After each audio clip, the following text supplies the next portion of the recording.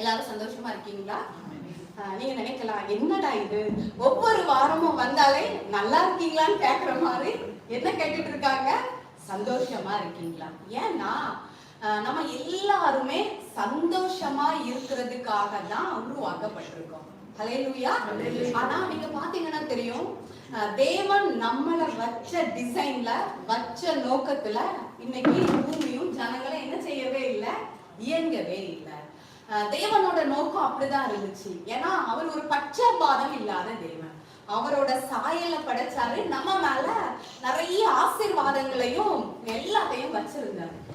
நம்ம அதை என்ன செஞ்சுட்டாங்க, மனித குலம் மிஸ் பண்ணிட்டு. நான் இன்னைக்கு என்ன பேச போறேன்னா, நம்ம சிந்தனைய குறித்து. ஹல்லேலூயா. நம்ம சிந்தனைய குறித்து. இங்க இருக்க எல்லாருக்கும் சிந்தனை இருக்கா? எல்லாருக்கும் சிந்தனை இருக்கா இல்லையா? சிந்திக்கிறீங்களா இல்லையா? இங்க நான் முன்னாடி நின்று பேசும்போதே உங்க மனசு நிறைய நேரம் என்ன செஞ்சுட்டு இருக்கலாம், வெளியெல்லாம் போயிருக்கலாம், வீட்டுக்கு போயிருக்கலாம், அடுத்த மாசத்துக்கு போயிருக்கலாம். ஏன்னா நம்ம சிந்தனை நிறைய நேரம் ரொம்ப முக்கியம்.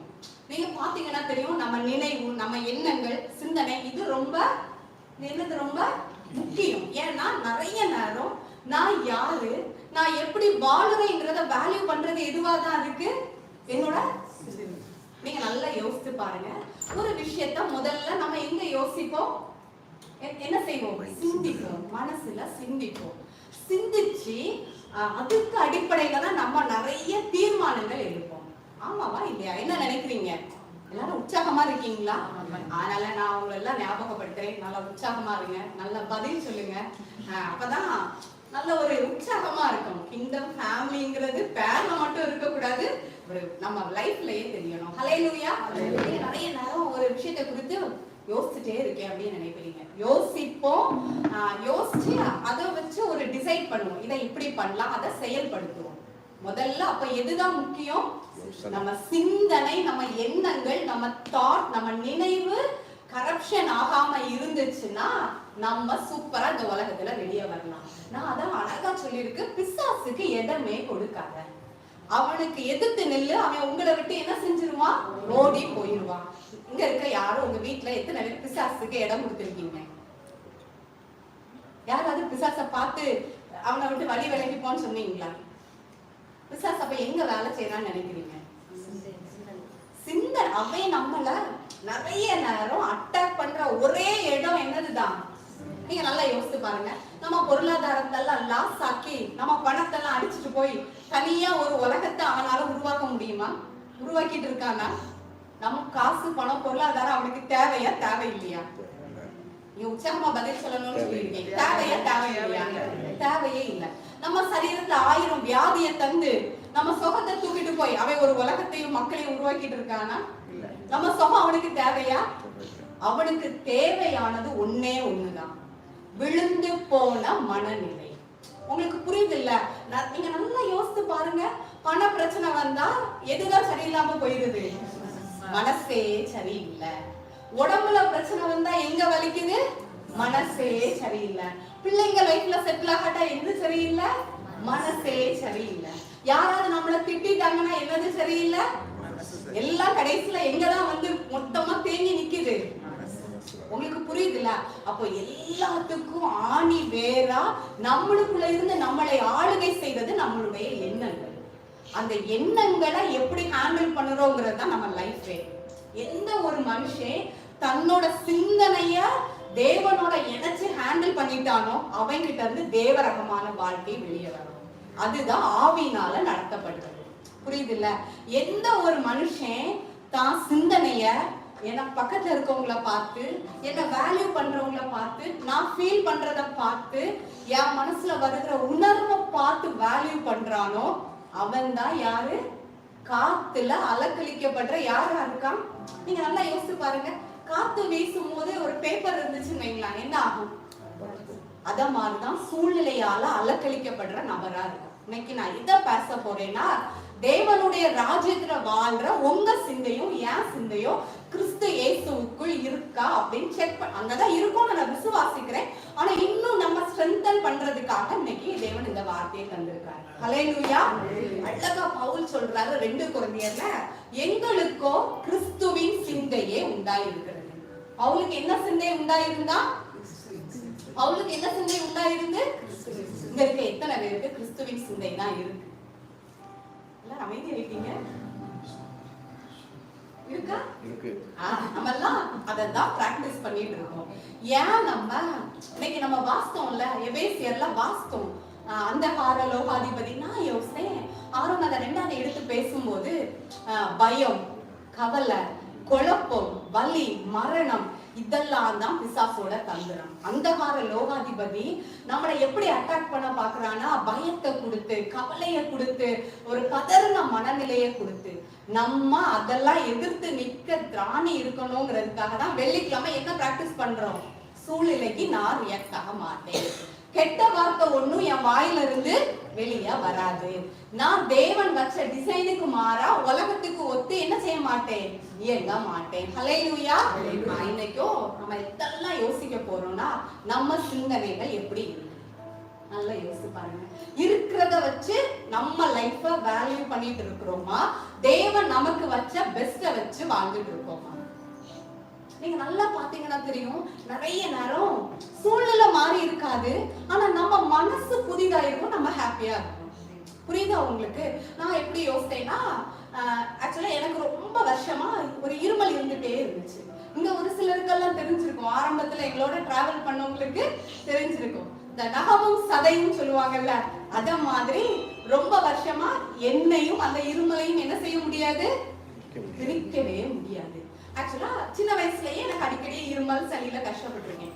டெலிவரி டைம் ரொம்ப வீசிங்லாம் வந்து தியேட்டர்லயே ரொம்ப நான் கஷ்டப்பட்டேன். அப்ப எனக்குள்ள எதை நான் நம்பிட்டு இருந்தேன்னா, சின்ன வயசுல எங்க அம்மா சொன்னாங்க எப்பவுமே ரொம்ப இருமல் உனக்கு இருக்கும். அப்புறம் நான் நம்பினது, நமக்கு வந்து டஸ்ட் அலர்ஜி, நம்ம சர்ஜரியில போட்ட மருந்து நமக்கு அலர்ஜி, அதனால வீசிங் அலர்ஜி அப்படின்னு தான் பிலீவ் பண்ணிட்டு இருந்தேன்.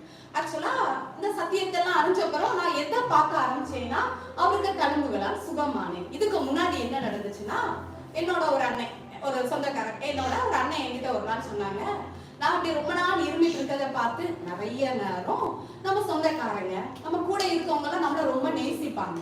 நம்மள என்ன செய்வாங்க? நிறைய நேரம் அந்த நேசம் தான் எப்படி மாறிடுது? அந்த நேசம் தான் எப்படி மாறிடுது? விஷமா கூட மாறிடுது.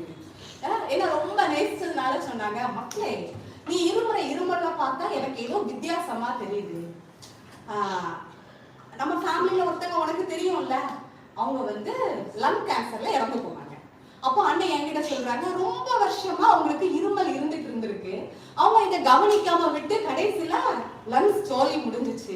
நீ இப்ப சின்ன வயசு, இப்பவே பாத்துரு, அப்படிலாம் பிரச்சனை இருக்காது, ஆனா இதை வச்சுட்டே இருக்க கூடாது சொல்லி விட்டுட்டாங்க. நீ கண்டிப்பா ஒரு ஹாஸ்பிட்டல் பேரு, ஒரு டாக்டர் பேரு, ஸ்பெஷலிஸ்ட் பேரு எல்லாம் சொல்லி வந்தாச்சு. அதுவரை நல்லா இருக்க எனக்கு நான் சொன்னேன்ல, நம்ம மனசு ரொம்ப முக்கியம். நம்ம சிந்தனை நிறைய நேரம் நம்ம லைஃப கட்டவும் செய்யும், உடைக்கவும் செய்யும். நான் வீட்டுக்கு வந்துட்டேன். வந்து இவங்கிட்ட திடீர்னு கேட்டேன், என்னங்க ஏன் இருமலை பற்றி நீங்க என்ன நினைக்கிறீங்க? இவங்க கேட்டேன், இதை பற்றி நினைக்கிறதுக்கு என்ன இருக்கு, தேவையில்லாததை நீ சுமந்துட்டே அலையிற. எனக்கு தோணுச்சு, ஏதாவது பிரச்சனையா இருக்குமா? இத்தனை வருஷம் நீ நல்லா தானே இருக்கா? இல்ல, ஏதோ பிரச்சனையா இருக்காது, ஆனா பிரச்சனை வர்றதுக்கு முன்னாடி நான் பார்க்கணும்னு நினைக்கிறேன். உடனே இவங்க கேட்டாங்க, யார் உங்ககிட்ட என்ன சொன்னா? புரியுதா? அப்போ இல்ல என் மனசுக்கே தோணுது எனக்கு பார்க்கணும்னு. சரி, உனக்கு பார்க்கணும்னு தோணுச்சுன்னா நீ பாக்குற. ஆக்சுவலா இவங்க இதெல்லாம் விரும்ப மாட்டாங்க. அதனால நானும் தம்பியும் ஜெர்னாவுமா சேர்ந்து எங்க அண்ணன் சொன்ன பல்மனாலஜிஸ்ட் நினைக்கிறேன், நுரையீரல் டாக்டர் அப்பாயின்மெண்ட் பார்த்து நாங்க போயாச்சு. அந்த டாக்டரை பார்க்க மீட் பண்ண போயாச்சு. போகும்போது என்னமா பண்ணுதுன்னு கேட்டாரு. நான் எல்லாத்தையும் சொல்லிட்டேன். சொல்லி முடிச்சோன்னா அவரு எனக்கு ஒரு சில டெஸ்ட் எல்லாம் எடுத்துட்டு, சும்மா இருமலுக்கு ஒண்ணுமே இல்லை, ஏதாவது சின்ன அலர்ஜியா தான் இருக்கும், ஒரு 1 வீக்குக்கு ஒரு டேப்லெட், 2வது பார்க்கலாம் வர வேண்டாம், கிளியர் ஆயிடும், ஒண்ணும் இல்ல, நீங்க கொஞ்சம் ஃப்ரீயா இருந்துக்கோங்க. நான் உடனே எங்க அண்ணன் என்கிட்ட சொன்னாங்க, நீ 2-3 டெஸ்ட் எடு. ஆக்சுவலா ஒரு பலூன் மாதிரி இருக்கும், அதுல ஊதி பிரீத், எனக்கு பேரெல்லாம் மறந்து போச்சு, ஏன்னா கொஞ்சம் வருஷம் ஆயிட்டு. நீ இந்த டெஸ்ட் எல்லாம் எடுத்துரு, டாக்டர்கிட்ட சொல்லி டெஸ்ட்டுக்கு எழுதி கேளு. டாக்டர் ஒன்னும் இல்லைன்னு சொன்ன அப்புறம் நான் கேட்கிறேன், டாக்டர் வேணும்னா இந்த 2 செக் அதையும் சொல்லி இதெல்லாம் நாங்கன்னா இந்த டெஸ்ட் எல்லாம் எடுக்க வேணும். அந்த டாக்டர் ரொம்ப நல்ல டாக்டரா இருந்திருக்காரு. சிரிச்சுட்டே சொன்னாரு, எப்பவுமே டாக்டர் பேஷண்ட பயந்து அணிக்கலாம், பேஷண்ட் டாக்டர் என்ன செய்யக்கூடாது. உங்களுக்கு புரியுதா எந்த அளவு நான் போய் நின்றுப்பேன்? நிஜமாவே அப்ப எனக்கு ஒரு பிரச்சனையும் இல்லைல்ல இல்லன்னு சொல்லிட்டு வீட்டுக்கு வந்தாச்சு. ஆனா மனசுக்குள்ள எப்படி இருக்கும்னா திடீர்னு ஐயோ என்னன்னு தெரியல, சரி ஒண்ணுமே செய்யாது, இதுதான் நானா இருந்தேன். நான் எதுக்கு சொல்றேன்னா சூழ்நிலை சிந்தனை எப்படி நம்ம லைஃப பிசாசுக்கு இடம் கொடுக்குது பாருங்க. இந்த சத்தியத்தை அறிஞ்சு அப்ப எங்க ஊர்ல எல்லாம் போய் நான் மினிஸ்ட்ரி பண்ணிட்டு இருக்கேன். திடீர்னு ஒரு நாள் எனக்கு ஒரு போன் வந்துச்சு. நான் போற வில்லேஜ்ல இருந்து ஒருத்தங்க எனக்கு ரொம்ப அவங்க தோட்டத்து வேலை எல்லாம் பாக்குறவங்க. அப்ப சொல்றாங்க டிசம்பர் மாசம்னால ரொம்ப குளிரா இருக்கு, எனக்கு குளிர் தாங்க முடியாம ரொம்ப இழுப்பா இருக்குது. அந்த அக்கா என்ன போன்ல சொல்றாங்க, எனக்காக ஒண்ணு ஜோம் பண்ணு சோனியா, நான் ரொம்ப சிரமப்படுவேன் இந்த டைம். நான் ரொம்ப விசுவாசமா வார்த்தையை பேசினேன், ரொம்ப எல்லாம் சொல்லவே இல்லை. இயேசுவின் நாமத்தினால அப்படி தழும்புகளால் சுகமானீங்க, இது உங்களை தொட முடியாது. 1 வீக் கழிச்சு சொன்னாங்க. அவங்க தேவனை அறியாதவங்க, முழுக்க அறியாதவங்க. ஒரு நாள் போன் பண்ணி சாமி எனக்கு சுகம் தந்துச்சு, நீ அன்னைக்கு காலையில போன் பண்ணீங்கல்ல, அதுக்கப்புறமா எனக்கு இழுப்பே வரல, நான் மாத்திரையே சாப்பிடல, இத்தனை வருஷமா இந்த டைம் நான் ஹாஸ்பிட்டலுக்கும் வீட்டுக்கும் எனக்கு என்ன டவுட்டா இருந்துச்சுன்னா நான் சொல்லி அவங்களுக்கு சரியாயிட்டு எனக்கு என்ன இருக்கு. ஏன்னா நான் உங்ககிட்ட நிறைய டைம் சொல்லியிருக்கேன். நான் எங்க ஊர்ல ஒரு 10 வருஷமா நாங்க மினிஸ்ட்ரி பண்ணிட்டு இருந்தோம். சில வீட்டுக்கு ஜெபம் பண்ண கூப்பிட்டாங்கன்னா, ஏன்னா எங்க ஊர்ல எல்லாம் திருநெல்வேலி சைடு அடிச்சு கொடுத்தோம் வெயில், எல்லாருக்கும் ஜூஸ் கொடுப்பாங்க.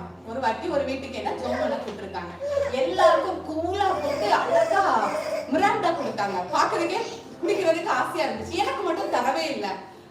அவங்க என்ன ரொம்ப நல்லா இருப்பாங்க, சோனியாமா கொஞ்சம் உட்காருங்க நான் இப்ப வரேன். திடீர்னு பார்த்தேன் ஒரு கப்பு நிறைய ஆவி பறக்குது. எல்லாரும் என்ன இல்ல நீங்க இருமிட்டு இருப்பீங்கல்ல, உங்களுக்கு கொஞ்சம் நல்லதுன்னு சொல்லி சுக்கா ஆப்பி போட்டிருக்கீங்க. நிஜமா நீங்க என்ன நினைச்சாலும் சரி, நான் அந்த வீட்டுல இருந்து வெளியே வரும்போது செத்துதான் வந்தேன். ஏன் தெரியுமா? நான் அந்த வீட்டுக்கு எதுக்கு போயிருக்கேன் தெரியுமா? ஆண்டவருக்கு வார்த்தையை சொல்லி விடுதலை கொடுக்கறதுக்கு என்ன கூட்டிட்டு போனாங்க. ஆனா அவங்க எனக்கு ட்ரீட்மெண்ட் பண்ணி விட்டுறாங்க. வெளியே வரும்போது ரொம்ப கஷ்டமா இருந்துச்சு. என்ன ஒரு இது, அடுத்தவங்களுக்கு விடுதலை கொடுக்கற நான் முன்னாடி இப்படி நின்றுட்டு இருக்கேன்னு ஒரு கோபம் வந்துச்சு. என்ன ஆண்டவரே, எனக்கு இதெல்லாம் பிடிக்கவே இல்லை. முன்னாடி நான் பிரசங்கம் பண்ணவில்லை, ஏன்னா நான் பேசுறத நான் வாழாம இருக்கும் போது இது என்ன வாழ்க்கை? ஆண்டவர் என்கிட்ட கேட்டாரு, ஓ இருமல் மாறுமா மாறாதா? நான் கோபத்தை சொன்னேன், மாறும்னு நினைக்கிறேன், எனக்கு தெரியல. ஆனா ஏன் வார்த்தை மாறுமா மாறாதா? வானம் பூமி ஒழிஞ்சாலும் மாறாதுன்னு பைபிள்ல போட்டிருக்கு, அதனால நான் மாறாதுன்னு நினைக்கிறேன். நீ மாற வேண்டியதை வேல்யூ பண்ணணுமா, மாறாததை உன் லைஃபா வச்சு தூக்கி பிடிக்கணுமா? இதெல்லாம் திருப்பி கேட்டுட்டு இருக்காரு. நீ யோசித்து பாரு, ஒரு நிமிஷம் போதும் இதை மாத்தி போடுறதுக்கு. இதை வச்சு எத்தனை நாள் நீ அழுது என்ற கொஸ்டின் கேட்டுட்டு இருப்பான். ஆனா என் தழும்புகளால நான் சுகமானேன்னு சொன்னது இன்னைக்கு நம்ம பாடணும்ல, அழிவே இல்லை. எத்தனை உலகம் அழிஞ்சாலும் அது நினைச்சு நிற்கும். நீ எதை வேல்யூ பண்ற? நான் உடனே சொன்னேன், ஏசப்பா இனிமேல் நான் அதுக்கு ஒரு ரீசன் வைக்க மாட்டேன். எனக்கு டஸ்ட் அலர்ஜி, எனக்கு டெலிவரி டைம் போட்டது அலர்ஜின்னு வைக்க மாட்டேன். என் மனசுக்கு நான் எதை சொல்றேன்னா, எந்த அலர்ஜியும் எனக்குள்ள சேதப்படுத்த முடியாது. நான் முழுசா சுகமாயிட்டேன். முதல்ல நான் வெளியே சொல்ல வேண்டியது இல்லை. நிறைய நேரம் நம்ம அடுத்தவங்களுக்கு நம்மள ப்ரூஃப் பண்ண தேவையே இல்லை. நம்ம ஆத்மா ஒண்ணுல கலங்கிட்டு இருக்குல்ல, சதஞ்ச நிலைமையில இருக்குல்ல, அதுக்கு பதில் கொடுத்தாலே போதும், மேனிஃபெஸ்டேஷனை நம்ம பார்ப்போம். ஏன்னா நான் கண்ணாடி முன்னாடி சொன்னேன், ஆண்டவர் தோமா போய் சொல்லுவோம், அவங்க தழும்ப தொட்டு பார்த்தாதான் நான் விசுவாசிப்பேன். ரொம்ப நல்லது பாருங்க. ஏன்னா வசனம் சொல்லுது அவருடைய தழும்புகளால் சுகமான. தோமா தொட்டு பார்த்தது உண்மைனா நம்ம சுகமானது. நான் உடனே சொன்னேன், எஸ் தோமா தொட்டு பார்த்து நம்ம ஆண்டவரே. ஆனா நான் அவ்வளவுதான் சந்தேகப்படல. ஆனா அந்த தழும்பு இருந்தது உண்மைனா நான் சுகமானது உண்மை. நீங்க என்ன நினைச்சாலும் சரி, அதுவரை நான் பயந்துருக்கேன், கவலைப்பட்டிருக்கேன், இருமலை நினைச்சு ரொம்ப குழம்பி இருக்கேன்.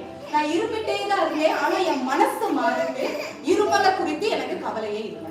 புரியுதா? நான் எதுக்கு சொல்றேன்னா, சிந்தனை ரொம்ப முக்கியம். முதல்ல மனசு மாறிச்சு. திடீர்னு ரொம்ப நாள் கழிச்சு என்ன பார்த்து எல்லாரும் கேட்க ஆரம்பிச்சாங்க, இப்போ என்ன இருமலே காணலைய, எப்படி போச்சு, எங்க ட்ரீட்மெண்ட் பண்ண என்ன ஆச்சுன்னு. எனக்கே அப்பதான் தெரிஞ்சிச்சு, என் கூட நகமும் சதையும் மாறி வந்த நகத்தை நான் என்ன செஞ்சுட்டேன், கட் பண்ணி கீழே போட்டு அது தானா கலந்து விழுந்தது. எனக்கு எப்பதான் தெரிஞ்சிச்சு. நான் எதை சொல்றேன்னா, எதை நம்ம தூக்கி பிடிக்கணும், எனக்கு புரியுதுல, எதை நம்ம இன்னைக்கு தூக்கி பிடிக்கணும். அதனாலதான் ஜாய்ஸ் மேயர் ஒருக்கா சொன்னாங்க, சிந்தனை ஒரு போர்க்களம். சிந்தனை என்னதான்? ஒரு போர்க்களம். நான் சொல்றேன், அந்த போர்க்களத்துல போராடுறதுக்கு உங்களுக்கு எனக்கு அவசியமே இல்லை. இன்னைக்கு நம்ம சொன்ன மாதிரி நம்ம அப்பா வெற்றி தந்த வெற்றியை எடுத்து நம்ம சிந்தனையில நம்ம ரெஸ்ட்ல உட்கார்ந்தோம்னா மாற்றத்தை நீங்களும் நானும் பார்ப்போம். ஹல்லேலூயா. ஏன்னா சூழ்நிலைக்கும் பிசாசுக்கும் என்ன தேவை தெரியுமா? பதறிய மனமும் சிதறின வாழ்க்கையும் தான் தேவை. நல்லா யோசிச்சு பாருங்க. எந்த ஒரு மனுஷன் பிசாசு கொடுக்கிற கேக்கு ஆக்டிவேட் ஆகாம இருக்கானோ அவனா பிசாசால தொட முடியாது. ஹல்லேலூயா. ஆனா நீங்களும் நானும் இடம் கொடுக்காம அவன் நம்ம மேல கை வைக்க முடியாது. அதனாலதான் பவுல் சொல்லி இருக்கிறாரு, அவனோட தந்திரங்கள் நமக்கு தெரியாதவைகள் அல்லவே. அவன் யார விழுங்கலான்னு என்ன செஞ்சிட்டு இருக்கானா? கெட்சிக்கிற சிங்கம் போல சுத்தி. சிங்கம் கிடையாது, நம்ம தான் சிங்கம். நீதிமான்களோ சிங்கத்தை போல தைரியமா இருக்கிறாங்க. சிங்கத்தை மாதிரி அவன் சுத்திட்டு இருக்கான். நீ அவனுக்கு என்ன செஞ்சிரு? எதிர்த்து நில்லு. எல்லாரும் பிசாசோட தந்திரங்களுக்கு என்ன செய்ய போறோம்? எதிர்த்து நிக்க போறோம். எங்க எதிர்த்து நிக்க போறீங்க? உங்க வாழ்க்கையில உங்க சிந்தனைகள் உங்களை குழப்பும் போதே. நிறைய பேர் நல்ல லைஃப் போயிட்டு இருக்கோம். யாராவது ஒரு கொஸ்டினை கேட்டுருவாங்க, வாழ்க்கையில என்ன வந்துடும்? புயலே அடிச்சிடும். நல்ல ஒரு குடும்பம் நடந்துட்டு இருக்கோம். என்னாச்சு? எப்படி இருக்கீங்க? உங்க வீட்டுல இப்படியாம, உங்க பிள்ளைங்க அப்படியாம, உங்களுக்கு இந்த பிரச்சனை இருக்காம என்ன ஆயிரும்? நல்லா போயிட்டு இருக்க வீடு எப்படி ஆயிரும்? சுனாமில காத்தடிச்சா கூரெல்லாம் பறக்கிற மாதிரி. புரியுதா?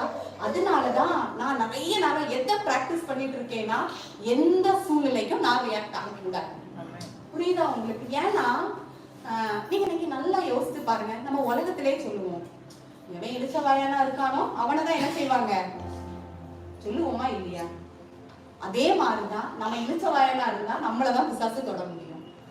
இயேசு நாமத்தினால இங்க இருக்க எல்லாரும் பார்த்துன்னு சொல்றேன், நீங்களும் நானும் யாரு கிடையாது? இழிச்ச வாயும் கிடையாது. எதுக்குன்னா நமக்கு அடுத்தவங்க போடுற இன்ஜெக்ஷனுக்கெல்லாம் ரியாக்ட் ஆகிட்டு இருக்கிறதுக்கு நீங்களும் நானும் யாரு கிடையாது? இழிச்ச வாயும் கிடையாது. ஒரே ஒரு விஷயம் தான், நல்ல ஒரு தகப்பன் உண்டு. அந்த தகப்பன் நம்மளை பார்த்து சொல்றாரு, உலகம் உன முட்டாளுன்னு சொல்லுதா, அமைதியா உட்காரு. ஏன் தெரியுமா? நீ பேதையா இருந்தா கூட என் பிள்ளையா இருக்கிறதுனால திசை கெட்டு போவது. அழகா ஏசாயால போட்டிருக்கு, மீட்கப்பட்டவர்கள் பெரும் பாதையான வழியில நடப்பாங்க. வழியே தெரியாம நடந்தா கூட என் பிள்ளையா நீ ஆயிட்டா பத்தியா, நீ திசை கெட்டு போவதே இல்லை. ஹல்லேலூயா. இதெல்லாம் நம்ம சிந்தனையில நிறைஞ்சு இருந்துன்னா நம்மளை பார்த்து, உங்களுக்கு இருமலா, நீங்க மெலிஞ்சிருக்கீங்க, உங்களுக்கு வேலை இருக்கா, கார் இருக்கா, வீடு இருக்கா, நீங்க எந்த ஊர்ல வந்தாலும் ஏன் ஹாப்பியா அடுத்தவங்க கையில என்னால கொடுக்க முடியாது. புரியுதா உங்களுக்கு? புரியுதுல்ல? அதனாலதான் நான் சொன்னேன், நம்ம மனசு ரொம்ப முக்கியம். நான் எதை பிலீவ் பண்றேன்னா, நம்ம சிந்தனை ஒரு பேர் ஆயுதம், ஒரு பெரிய வெப்பன். அதை வச்சு பிசாச நம்ம அழிக்க முடியும், நம்ம லைஃப கெட்ட முடியும். ஹல்லேலூயா. ஆனா நிறைய நேரம் நம்ம நம்மளையே அழிச்சிட்டு இருக்கிறோம். அதனாலதான் பவுல் சொல்றாரு எபேசியர்ல, மற்ற புறஜாதிகள் தங்கள் வீணான சிந்தனையில நடக்கிறது போல நீங்க ஏன் நடக்கிறீங்க? நீங்க அப்படி நடக்க தேவையில்லையே.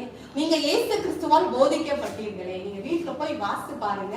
எபேசியர் 4வது அதிகாரத்துல சொல்லி இருக்கிறாரு, அடுத்தவங்க உனக்கு கொடைகிறதுக்கெல்லாம் நீ வருத்தப்படுறதுக்கும் கவலைப்படுறதுக்கும் நீ யாரு கிடையாது.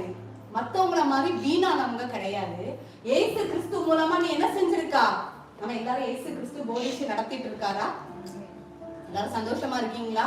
எல்லாரும் சமாதானமா இருக்கீங்களா? நான் இங்க இருக்க எல்லாரையும் சொல்றேன், உங்க மனசுல சில சமயம் நல்லா இருக்கும் பாருங்க, நல்லா இருக்கும், திடீர்னு மனசுல ஒரு தாட் வரும், இனி இப்படியே போயிட்டு இருந்தா என்ன ஆகும், எங்க இருந்து ஒரு வழி வரும், இது இப்படி மனசு உடனே நம்ம மனசுல ஒரு சிந்தனை வந்த உடனே நம்ம உணர்வு சொல்லும், உன் கையில தான் இருக்கு, நீ விடாத, எப்படியாவது இதை நீ உடனே நம்ம சொன்ன உடனே நம்ம சரீரத்துல ரியாக்ட் ஆகிடும்.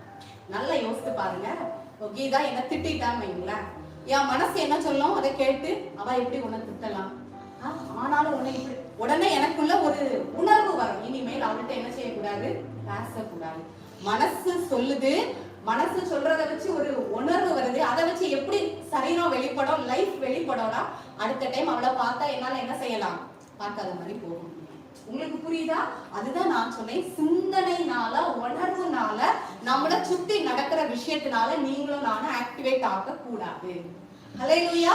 ஏன்னா பிசாசு என்ன நினைக்கானா, யார் நமக்கு இடம் தருவா உள்ள போய் என்ன செய்யலாம்.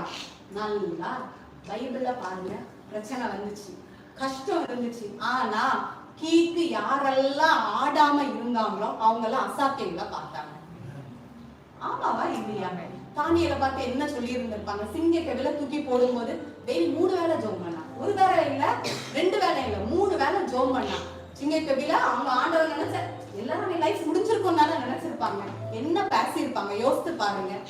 ஆனா தானியலோட சிந்தை டைவர்ட் ஆகவே இல்லை. ஆண்டவரை என்னை காப்பாத்துங்கன்னு எங்கேயாவது அவர் ஜோம் பண்ணாரா? எல்லாரும் சந்தோஷமா இருக்கீங்களா? நல்லா சொல்லுங்க. தானியேல் எந்த இடத்துலயாவது ஆண்டவரை இந்த சிங்கத்தின் வாய்க்கு என்ன விடுவீங்கன்னு ஜோம் பண்ணாரா? ஏன் நீங்க நினைக்கிறீங்க?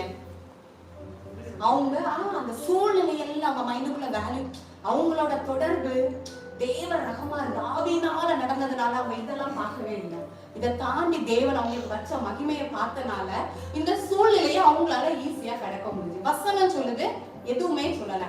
ஆனா கூடி நின்று 4 பேர் பேசியிருப்பாங்கல்ல, என்ன பேசியிருப்பாங்கன்னு நினைக்கிறீங்க? எப்பா சூப்பரா அவன் லைஃப முடிச்சாச்சு. 3 வேலை ஜோம் பண்ணான். ஒரு வேலை இல்ல, 2 வேலை இல்ல. அதுவும் எப்படி ஜோம் பண்றானா? எருசலேம் எல்லாரும் பார்க்கும்படியா. இன்னைக்கு உள்ள இருக்கான்ல, இன்னைக்குதான் தெரியும் நம்ம யாரு. ஆனா தானியேலுக்கு தெரிஞ்சிச்சு அவன் யாருங்கிறது தெரிஞ்சிச்சு. நம்மளுக்கு நம்ம யாருங்கிறது தெரிஞ்சாலே போதும், எதுவும் நம்ம சமாதானத்தை கெடுக்க முடியாது.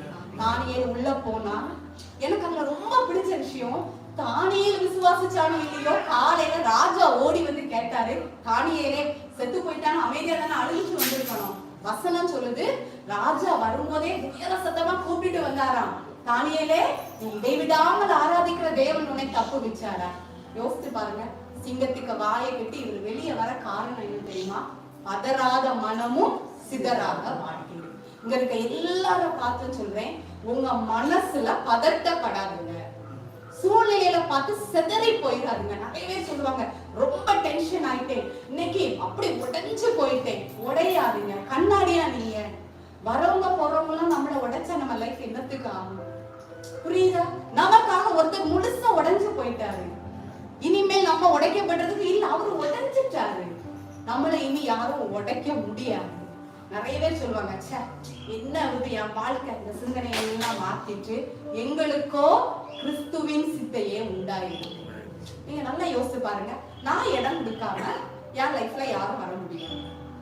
நீங்க நல்லா யோசிச்சு பாருங்க. உங்க வீட்டுக்கு ஒரு கெஸ்ட் வாரேன்னு சொல்றாங்க, உங்களுக்கு 2 நாள் அவங்க வந்தா பயங்கர வேலையா இருக்கும், உங்களுக்கு செட்டே ஆகாது. நீங்க நினைக்கிறீங்க இவங்க நம்ம வீட்டுல வந்து தங்க வேண்டாம். நீங்க நினைச்சா அவங்க உங்க வீட்டுக்கு வரத ஸ்டாப் பண்ண முடியுமா முடியாதா? முடியாதா? என்ன சொன்னா போதும், ஐயோ நீங்க இன்னைக்கு வாரீங்க, நாங்க ரொம்ப பிஸி, இந்த 2 நாள் நாங்க இந்த ஊருக்கு கல்யாண வீட்டுக்கு போயிடுவோம், என் வீட்டுல இருக்க மாட்டோம்னா அவங்க நம்ம வீட்டுக்கு என்ன செய்ய முடியாது? இல்ல வாங்கன்னு சொன்னா என்ன செஞ்சிடலாம்? இத மாதிரிதான் நம்ம சூழ்நிலைக்கு, ஆஹா இப்படி இருந்தா என் பிள்ளைங்க லைஃப் என்ன ஆகும், இப்படி இருந்தா என் உடம்பு அவ்வளவுதான், இப்படி இருந்தா என் வாழ்க்கையே முடிஞ்சு போறோம்னு இடம் கொடுத்தோம்னு வைங்களா, வந்துருவாங்க. எப்பா நமக்கு என்னது ஒரு ஆள் கிடைச்சுன்னு வந்து நமக்குள்ள இருந்து எரிச்சலை கொடுத்து, பயத்தை கொடுத்து, கவலையை கொடுத்து, போராட்டத்தை கொடுத்து நம்மள ஒவ்வொரு நாளும் சமாதானமா வாழ முடியாது. ஆனா வசனம் சொல்லுது, தேவனுடைய ராஜ்யம் நீதியினால் உண்டாகும் சமாதானம். யாரெல்லாம் தேவனை அவங்க சிந்தையில எடுத்தாங்களோ ராஜ்யங்களை ஜெயித்தாங்க. மனம் ரொம்ப முக்கியமான விஷயம். அதனாலதான் அழகா சாலமோன் சொல்லியிருக்காரு, பட்டணத்தை கூட பிடிச்சிடலாம், மனசை யாராலையும் பிடிக்க முடியாது. பட்டணத்தை பிடிக்கிறவனை பார்க்கிலும் தன் மனதை அடக்குகிறவன் உத்தமன். இங்க இருக்க எல்லாருடைய மனதும் தேவனுடைய வார்த்தையினால் இயேசுவின் நாமத்தினால காக்கப்படுவதா. புரியுதா உங்களுக்கு? நீங்க நல்லா யோசித்து பாருங்க. சின்ன பிள்ளைங்க இருக்காங்க, அவங்க விளையாடுறதுக்கு இந்த கீ கொடுத்த பொம்மை எல்லாம் கொடுப்போம், பாத்துருக்கீங்களா? அப்போ அந்த கீ கொடுக்கும் போது அந்த பூ சுத்தம், பொம்மை கையெல்லாம் தட்டும், பிள்ளைங்க அதை பார்த்து என்ன செய்வாங்க? நல்ல ஜாலியா சிரிச்சுட்டு இருப்பாங்க. கீ கொடுத்தா அந்த கீ வேலை செய்யல, கை தட்டல, அந்த பொம்மை சுத்தலன்னு வைங்களாம், பிள்ளைங்க அதை பார்த்து ரசிப்பாங்களா? என்ன செஞ்சிருவாங்க? வச்சிருத்துக்கு தூர போட்டுருவாங்க, வேற திங்ஸை தேடி போயிடுவாங்க. இதே மாதிரிதான் சூழ்நிலை நமக்கு கொடுக்கிற கீக்கெல்லாம் நம்ம ஆக்டிவேட் ஆகாம இருந்தா நம்மளால எந்த சூழ்நிலையும் சேதப்படுத்த முடியாது. ஹல்லேலூயா. அதுக்குதான் முதல்ல நமக்கு என்ன தேவைன்னா ரெஸ்ட், ஆத்துமாவின் இளைப்பாறுதல் தேவை. என்ன இளைப்பாறுதல்னா, எனக்கு ஒரு நல்ல தகப்பன் உண்டு, அந்த தகப்பன் எனக்காக சிலுவையில எல்லாத்தையும் செஞ்சு முடிச்சுட்டாரு, இப்போ இருக்கிற மாதிரி நான் இருக்க போறது இல்ல. அதான் பவுல் சொல்றாரு, மனுஷனுக்கு இது புரியாது, ஆனா உனக்கு இது புரியும். ஏன்னா மனுஷன் யார மாதிரிதான் யோசிக்க முடியும்?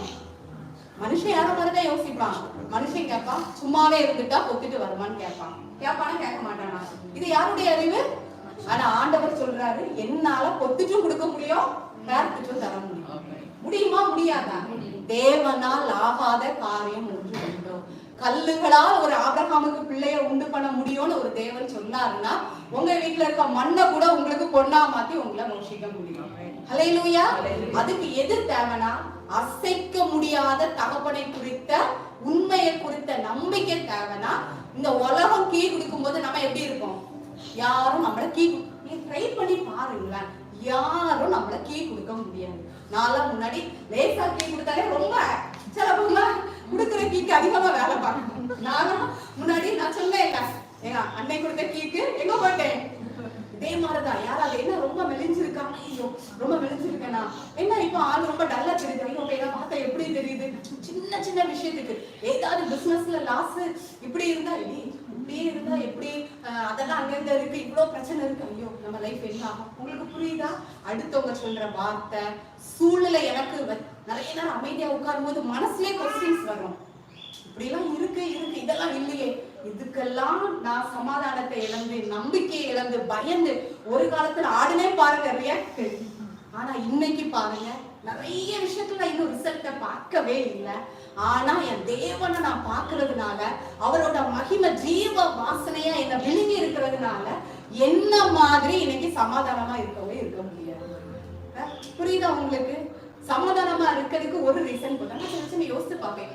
இவ்வளவு சூழ்நிலை இருக்கு, நம்ம ஏன் பயப்படவே இல்லை, குழம்பவே இல்லை, இது எப்படி நடக்கும் யோசிக்கவே இல்லை. ஆமா, எனக்கு ஒரு நல்ல தகப்பன் உண்டு. அந்த தகப்பன் அந்த உலகத்துக்கே தேவனா இருக்காரு, எல்லாத்தையும் சிருஷ்டிச்சிருக்காரு. இந்த டியூஸ்டே திடீர்னு ஒரு சின்ன விஷயத்தை குறித்து மனசு அப்படி டல்லாக ஆரம்பிச்சு. நான் மாடியில படுத்திருந்தேன். ஒரு விஷயத்தை குறிச்சு மனசு அப்படி, நான் சொன்னேன் மனசுதான் எப்பவுமே என்ன ஆயிரும், நம்ம கொஞ்சம் கான்சியஸா ஒர்க் பண்ணணும். மனசு அப்படியே டல்லாக ஆரம்பிச்ச உடனே சில சமயம் பாருங்க, சில சூழ்நிலையை நினைச்சு யோசிச்ச உடனே கவலை வரும். சில இடத்துல என்ன வரும்? கோபமும் எரிச்சல வரும். என்ன பண்றது, இப்படி இருக்கு, எனக்கு இப்படி ஒரு ஃபீல் ஆச்சு, என்ன பண்றது. உடனேயே தோணுச்சு, இல்ல சூழ்நிலை கையில என் லைஃப கொடுக்க மாட்டேன், ஆண்டவரோட கையில தான் என் லைஃப கொடுப்பேன். ஏன்னா சில வேலை எல்லாம் செஞ்சு முடிச்சு ஆயாச்சு. அப்படி இருக்கும்போது ஆண்டவர் என்ன பார்த்து கேட்டாரு, நீ வானத்தை பார்த்திருக்கிறியா? ஆமா, உனக்காக கூடாரமா விரிச்சிருக்கேன். அப்ப சொன்னாரு, ஏசாயால ஒரு வசனத்துல இருக்கு, கடற்கரை மணல் எல்லாம் மரக்கால அலக்கிடுவாங்க, காற்ற என்ன செஞ்சிருவாராம், கைப்பிடியில வச்சிருவாரு, மலையெல்லாம் தராசுல அளந்துருவாரு. இவ்வளவு பெரிய மகிமை. ஆண்டவர் கேட்டாரு, மண்ணை நீ தொட்டு பார்த்திருக்கிறியா? ஆமாப்பா, மண்ணை தொட்டு பார்த்திருக்கேன். தண்ணிய உன் கையில எடுத்து பார்த்திருக்கிறியா? ஆமா, கையில எடுத்து பார்த்திருக்கேன். காத்த பிடிச்சு பார்த்திருக்கிறியா? காத்த பிடிச்சு பார்த்தது. காத்து எங்க இருந்து எங்க வருது? காத்து அடிக்குது, மரம் காத்து வீசுறனால மரம் அசையல. உங்களுக்கு புரியுதா? மரம் அசைறனால காத்தடிக்கல, காத்தடிக்கிறனால மரம் எல்லாம் அசைது. உனக்கு தெரியுமா? ஓ ஆமால, நான் அப்ப யோசிச்சு பாக்குறேன். ஆமா, காத்தடிக்கிறனாலதான் மரம் அசைத தவிர மரம் அசைறனால என்ன செய்யல, காத்தடிக்கல. சரி, இவ்வளவு இருக்குல்ல, இந்த காத்த நீ ஃபீல் பண்ணிருக்கிறியா? எல்லாரும் ஃபீல் பண்ணிருக்கீங்களா? காத்த ஃபீல் பண்ணிருக்கேன். உன் கையில எதாவது எடுத்து பார்த்திருக்கிறியா? எடுக்க முடியல. என்னோட கிரியேஷனை நினைச்சு பாரு. உன்னால மண்ணை அள்ள முடியுது, தண்ணியை அள்ள முடியுது, வானத்தை பார்க்க முடியுது, எல்லாம் செய்ய முடியுது, காத்த ஃபீல் பண்ண முடியுது. விசித்திர வினோதமான வேலை எல்லாம் சிருஷ்டித்தவர் அந்த ஆண்டவர் சொன்னாரு, எங்க இருந்து எங்க வருது, எப்படி உருவாகுது, எப்படி எடுக்க, இது உன் நினைவுக்கும் மனுஷ அறிவுக்கும் புலனாகாத விஷயத்தெல்லாம் செஞ்சேனா, செஞ்சு முடிச்ச ஒரு விஷயத்தை எடுத்து அனுபவிக்கிறது உனக்கு பெரிய காரியமா? புரியுதா? சிறுவேளை எல்லாத்தையும் உனக்கு செஞ்சு முடிச்சுட்டே நீ ஒரு விஷயத்துக்கு வருத்தப்படுறாங்க, இது உனக்காக முடிச்சு வைக்கப்பட்டது. காத்து மலை இதெல்லாம் உருவாக்குன எனக்கு உனக்காக தமாந்துண்டு இந்த விஷயத்த செய்யறது பெரிய காரியம் நீ நினைக்கிறேன். உடனே சொன்னேன், இல்ல இல்ல, என் மனசை பார்த்து சொன்னேன், என் ஆத்மாவே நீ கலங்காத, என் முழு உள்ளமே நீ திகையாத, நமக்கு ஒரு நல்ல தகப்பன் உண்டு. சூழ்நிலைகள் மாறும், காலங்கள் மாறும், மனிதர்கள் மாறலாம், ஆனா என் தகப்பன் மாறவே மாட்டாரு. உடனே அந்த ரூம்ல இருந்து சொன்னேன், நான் இப்படி பேசிட்டு இருக்கேன், நான் எழுப்பி சொல்றேன், என் முன்னாடி எத்தனை எம்டினஸ் இருந்தாலும் கொஸ்டின் இருந்தாலும் நான் அசைக்கப்படவே மாட்டேன். ஏன் தெரியுமா? எனக்கு ஒரு நல்ல தகப்பன் உண்டு. ஒரு 5 நிமிஷத்துல ரொம்ப ஹாப்பியா கீழே வந்துட்டேன். புரியுதா? இன்னைக்கு உங்க முன்னாடி என்னால சொல்ல முடியும், சூழ்நிலைய அடிப்படையா வாழல, தேவன் அடிப்படையா வச்சு வாழ்றதுனால பதறி கலங்கி நம்பிக்கை இல்லாம இருந்த அநேக சூழ்நிலைகள்ல பயங்கர சந்தோஷமா எங்களால குடும்பமா என்ன செய்ய முடியுது, டிராவல் பண்ண முடியுது. ஏன் தெரியுமா? நாங்க எதை வேல்யூ பண்ணல? அடுத்தவங்க நம்மளை குறித்து சொல்ற தீர்ப்ப, நம்ம மனசு கேட்கிற கொஸ்டின, நம்ம மனசுல இருந்து வரக்கூடிய புலம்பலை, சுத்தி இருக்கிற சூழ்நிலையெல்லாம் பார்க்கவே இல்லை. எல்லா சூழ்நிலைக்கும் பதில், எனக்கு ஒரு நல்ல தகப்பன் உண்டு, அவருக்கு எனக்கு என்ன தேவைன்னு தெரியும். புரியுதா? நம்ம என்ன பிரசங்கம் பண்ணிருவாங்கன்னா, தேவன் ராஜ்யத்தை நீதியும் தேடுங்கள், எல்லாம் உங்களுக்கு கொடுக்கப்படும். ஆனா அப்பா அதுல ஒரு வார்த்தை சொல்லியிருக்காரு, இவைகளெல்லாம் உங்களுக்கு தேவை என்று உங்கள் தகப்பன் அறிந்திருக்கிறார், ஆகையால் அவருடைய ராஜ்யத்தையும் நீதியும் தேடுங்கள், இவைகள் உங்களுக்கு. ராஜ்யத்தையும் நீதியும் இல்ல, நமக்கு என்ன தேவைன்னு அப்பாவுக்கு தெரியும். உன் தேவையை விட்டுட்டு ஆக்டிவேட் ஆகாம நீ என்ன மட்டும் பாரு, நீ அசைக்கப்படுவதே இல்லை. இன்னைக்கு இங்க வந்திருக்கவங்க எல்லாரையும் நான் ஆசீர்வதிக்கேன். பிசாசுக்கு எதிர்த்து நில்லுங்கள். பிசாசுக்கு உங்க வாழ்க்கையில என்ன செய்யாதீங்க, இடம் கொடுக்காதுங்கள். நம்ம வாசம்ல யார விழுங்கலான்னு சுற்றி திரியிறான் இழிச்ச வாயனா இருந்துறாருங்க. உங்களை பார்த்து, உங்க குடும்பத்தை பார்த்து, உங்க சொந்தக்காரங்க, உங்களை சுத்தி இருக்கவங்க, உங்க மனசு, நிறைய நேரம் நம்ம மனசே நம்மள குழப்பிட்டு இருக்கோம். அமைதியா உட்காருவோம், நம்ம மனசே ஜாய்ஸ் மேயர் சொன்ன மாதிரி போர்க்களமா மாறிடும். அது இல்ல, இப்படி நடக்கிற, இப்படி இருந்தா எல்லாத்துக்கும் பதில் கொடுங்க. எனக்கு ஒரு நல்ல தகப்பன் உண்டு. நான் எதை பிலீவ் பண்ணுவேன்னா, என் பிள்ளைகளுடைய சமாதானம் கண்டிப்பா பெருசா தான் இருக்கும். ஏன்னா என் பிள்ளைங்க கர்த்தரால போதிக்கப்பட்டிருக்காங்க, மனுஷனால இல்ல தேவனால போதிக்கப்பட்டிருக்காங்க. அவருக்கு வசனம் சொல்லுது, உன் பிள்ளைகளின் சமாதானத்தை நீ காண்பாய். அதனால அவங்க இல்ல, அவங்க படிப்பு எல்லா காரியத்துல சின்ன வயசுல அவங்கள ரூம்ல கூட்டிட்டு போய் எழுது பட்டி அடிச்சு எழுதாம காரிக்காம நான் விட்டதே கிடையாது. இப்போ அவங்க ஸ்டடீஸ குறித்தெல்லாம் எனக்கு தெரியும். அவங்க சமாதானமா அந்த உலகத்துல உயர்ந்த இடங்கள்ல தேவன் குடியிருக்க பண்ணுவாங்க. உங்களுக்கு புரியுது இல்ல? சரீரத்தை குறித்து நான் ஒரு வாட்டி ஹாஸ்பிட்டலுக்கு இப்போ போகல, கொஞ்சம் வருஷங்களுக்கு முன்னாடி நான் போனது ஒரு வாட்டி பைல்ஸ் ட்ரீட்மெண்ட் இருக்கு. அப்போ எனக்கு திடீர்னு செக் பண்ணிட்டு பிரஷர் இருக்குன்னு சொல்லிட்டாங்க.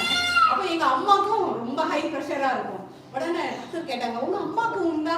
ஆமா எங்க அம்மாக்கு இருக்கா. பாத்தியா, நான் அந்த இடத்துல கேன்சல் பண்ணிட்டு வந்தேன். ஏன்னா நான் எதை எனக்கு வீட்டுக்கு வந்து எனக்கு ஆராதனையில சொன்னான், மரணத்தின் மேல சில சூழ்நிலைகள் மேல கோபம் வரணும், வீட்டுக்கு வந்து தாங்க முடியாத கோபம்.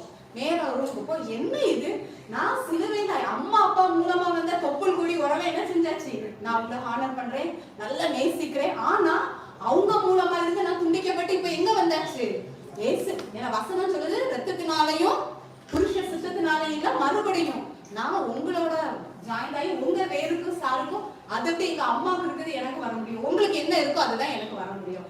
ஏசு நாமத்தினால நான் அதை ஏற்றுக்கொள்ளவே இல்லை. நீங்க என்ன நினைச்சாலும் சரி, எனக்கு டேப்லெட்லாம் தந்துட்டாங்க. ஏன்னா இந்த ஏஜுக்கு இந்த இதுக்கு இது ரொம்ப கூடுதல் அப்படின்னு. நான் ஒரு நாள் நான் தான் என்ன யோசிச்சு பார்த்தேன், ஒரு இருமல் எக்ஸ்ட்ரீமுக்கு டெஸ்ட் எடுக்க டாக்டரை பார்த்தேன்னா எனக்கு டாக்டர் அவ்வளவு சொன்னாங்க, இந்த வயசுல இப்படி இருந்தா இப்படி எல்லாம் வர்றதுக்கு வாய்ப்பு இருக்கு. திரும்பி கூட பார்க்காம வச்சு தூர போட்டேன். புரியுதா? ஏன்னா நான் எதை இன்னைக்கு என் சிந்தனையில வச்சிருக்கேன்னா, மரபியல் வியாதி எனக்கு இல்லை, எனக்காக நிலுவையில இனி ஒண்ணுமே இருக்க முடியாது. நான் முற்றிலும் சுகமாக்கப்பட்டவள், நான் முற்றிலும் ஆசீர்வதிக்கப்பட்டவள். நிறைய குறைவுகள், நிறைய சூழ்நிலைகள் இருந்தாலும் நான் எதை பாக்குறேன் தெரியுமா, ஆஸ்தியும் ஐஸ்வர்யமும் என் வீட்டுக்குள்ள இருக்கும். ஏன்னா அப்பா எதை நம்ம மேல வச்சிருக்காருன்னா, அவருடைய ஆசீர்வாதம் ஐஸ்வர்யத்தை தரும். பிள்ளைங்க ஆண்டவரால மோதிக்கப்படுவாங்க. நமக்கு எதிராக எழும்புற ஆயுதங்கள் வாய்க்காதே போகும். உங்க எல்லாரையும் நான் ஆசீர்வதிக்கிறேன். எது உங்க லைஃபா, உங்க சிந்தையா, உங்க வேல்யூவா இருக்கட்டும்னா, தேவனுடைய வார்த்தை, தேவன் உங்களுக்கு சிலுவையில இயேசுவை கொண்டு செஞ்சு முடிச்சத முழுக்க முழுக்க எடுத்து வேல்யூ பண்ணுங்க. ஹல்லேலூயா. அது அந்த கீக்கு ரியாக்ட் ஆகுங்க. எந்த கீக்கு ரியாக்ட் ஆகுங்கன்னா, வாவ் என் பிள்ளைங்க சமாதானமா இருப்பாங்க, என் வீட்டுக்குள்ள துன்பம் உண்டாக நான் என்ன செய்யவே இல்லை, உழைப்பதே இல்ல, என் வீட்டுக்குள்ள பயம் இல்ல. எது நம்ம மேல சொல்லியிருக்காரு, பயமே படாது. உங்க மனசு பதறுதா, கண்ணாடியை பார்த்து சொல்லுங்க, பயமே இல்ல, திகில் எனக்கு இல்ல, கொடுமை இல்ல, அழிவு இல்ல, நாசம் இல்ல. ஏன்னா சிலுவையில என்ன செஞ்சுட்டாரா, எல்லாத்தையும் நமக்கு எதிரா இருந்த எல்லாத்தையும் என்ன செஞ்சுட்டாரு. எது ரொம்ப முக்கியம், ஏன்னா நான் ஃபர்ஸ்டே சொன்னேன், நம்ம மனசு என்ன சொல்லுதோ அதுதான் நம்ம உணர்வு கேட்டு அதுதான் நம்ம லைஃபா வெளியே வரும். புரியுதா? உங்களுக்கு எல்லாம் அப்படித்தானே இல்லையா? ஆமாவா இல்லையா? ஏன்னா நம்ம மனசு சொல்றதுதான் நிறைய நேரம் நம்ம திங்க் பண்ணுவோம். ஓ இப்படி இருக்குதா, இப்படி நடந்துரும், இப்படி செய்யாட்டா இப்படி ஆயிரும். மனசு சொல்றத வேல்யூ பண்ணி நம்ம லைஃபா நம்ம செயலா வர்றதுனால நிறைய இடத்துல நம்ம என்ன செஞ்சிருவோம், ஆக்டிவேட் ஆயிரும். இன்னைக்கு இங்க இருந்து ஒரு தீர்மானத்தோட போக போறோம். தேவனுடைய சர்வாயுத வர்க்கத்தை அழகா அந்த எபேசியர் 6 சொல்லுது, பிசாசோட எடுத்து நிக்கிறதுக்கு நம்ம என்ன செய்யணுமா, தேவனுடைய சர்வாயுத வர்க்கத்தை. நீங்க வீட்டுல போய் வாசிங்க. அது என்னதான், விசுவாசம் என்னும் கேடகத்தையும் வசனம் என்னும் ஆவியின் பட்டயத்தையும் சத்தியத்தை தேவ நீதி எல்லாம் உன் வாழ்க்கையா வச்சா எதுவும் உன்னை சேதப்படுத்த முடியாதுன்னு அந்த வசனம் சொல்லுது. இங்க வந்திருக்க எல்லாரையும் நான் ஆசீர்வதிக்கிறேன். இங்க வந்திருக்கிற யாரும் இனிமேல் உங்க மனசு சொல்றத கேட்டு நீங்க என்ன செய்ய போறது இல்ல, வாழ்றதே இல்ல. உங்க சூழ்நிலைய பார்த்து உங்க லைஃப வேல்யூ பண்ண போறதே இல்ல. நம்மள சுத்தி இருக்கவங்க சொல்றதெல்லாம் கேட்டு நம்ம வாழ்க்கையை நம்ம என்ன செய்ய போறதே இல்ல, அடுத்தவங்க கையில கொடுக்க போறதே இல்ல.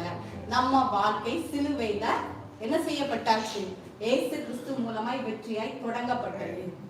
இயேசு கிறிஸ்துவின் நாமத்தினால ஜெயம் கொடுத்த தேவனுக்கு ஸ்தோத்திரம்.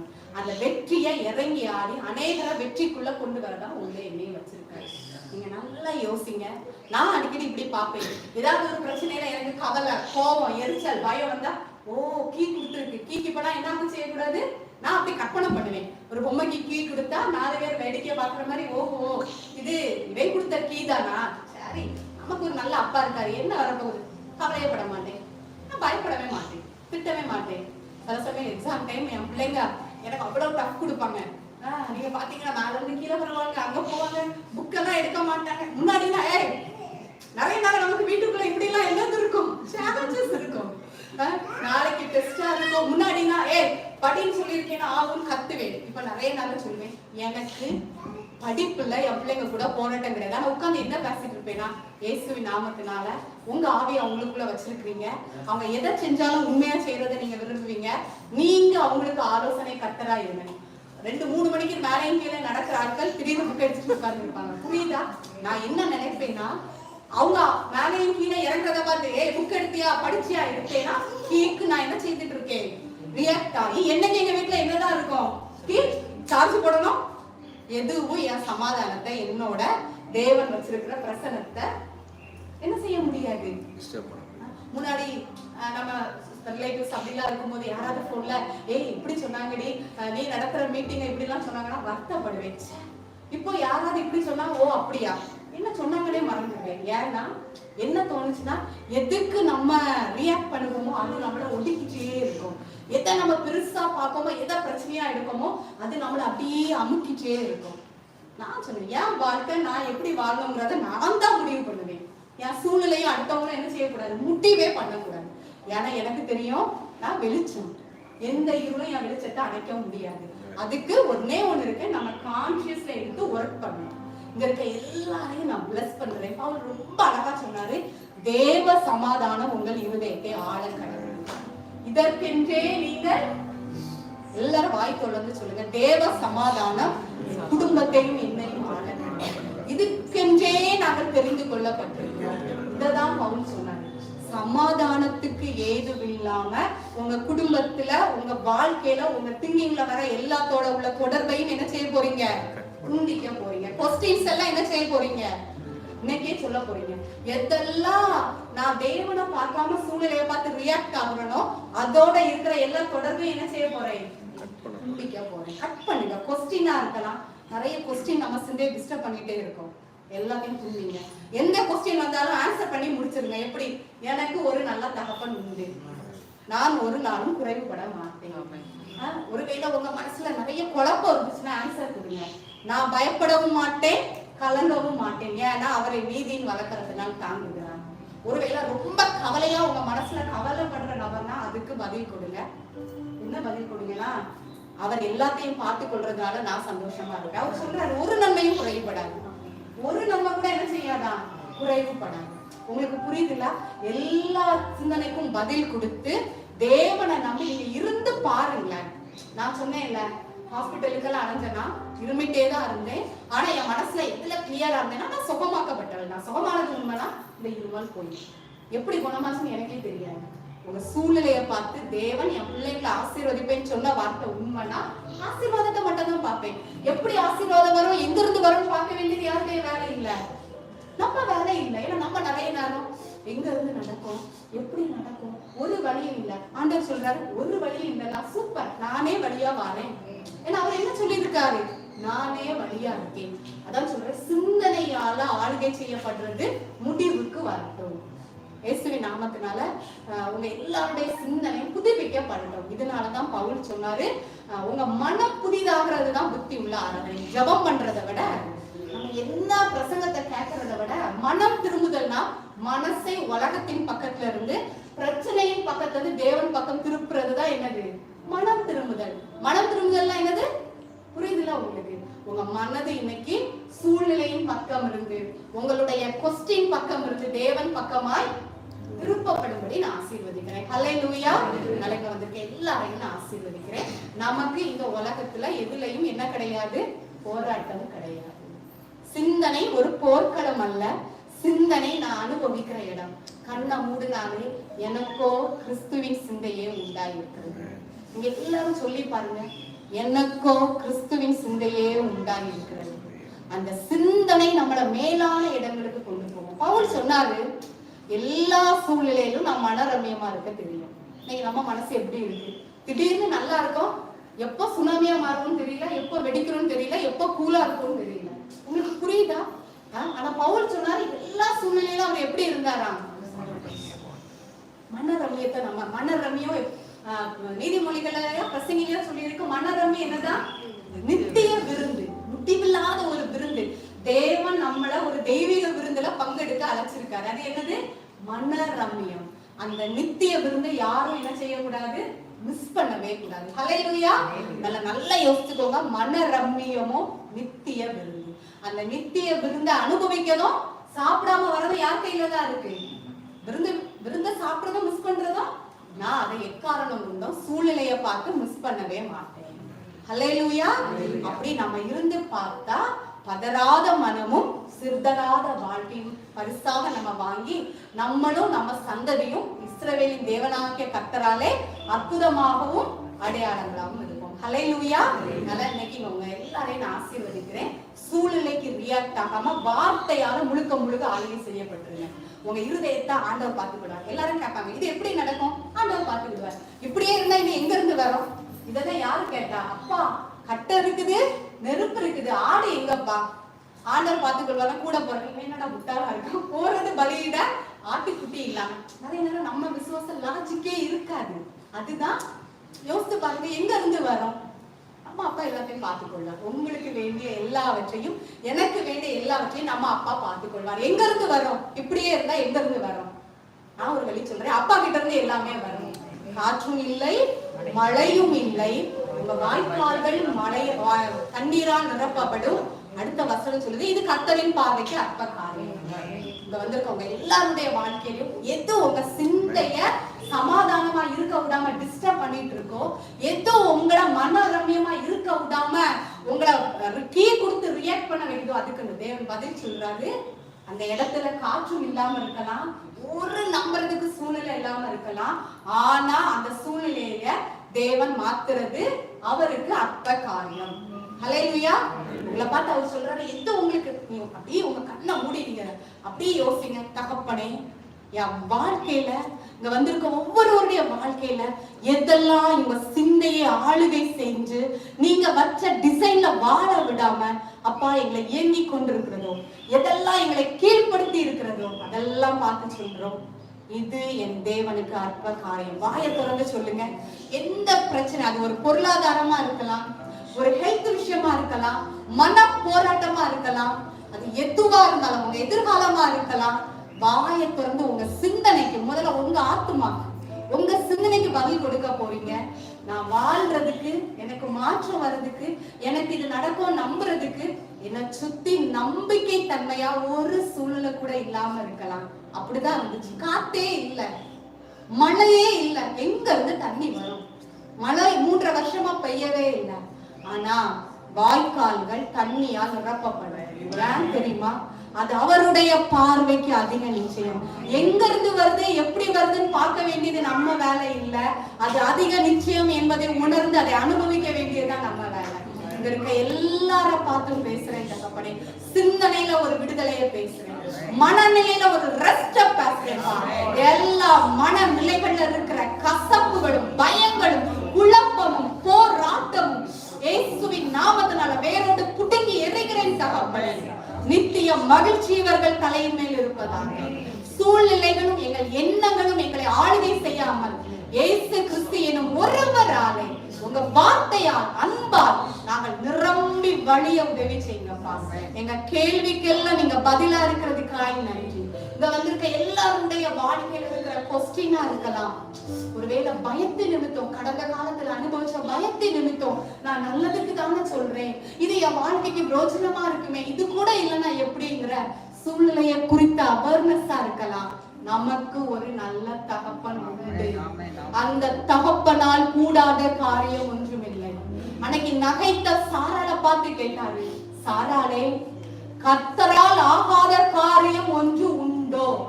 இன்னைக்கு நம்மளை பார்த்து கேட்கிறாரு, என்னால் கூடாத காரியம் ஒன்று உண்டோ? நீ பெருசா நினைக்கிற இந்த விஷயம் எனக்கு அற்ப காரியம். இயேசுவின் நாமத்தினால நான் எல்லாரையும் ஆசீர்வதிக்கிறேன்.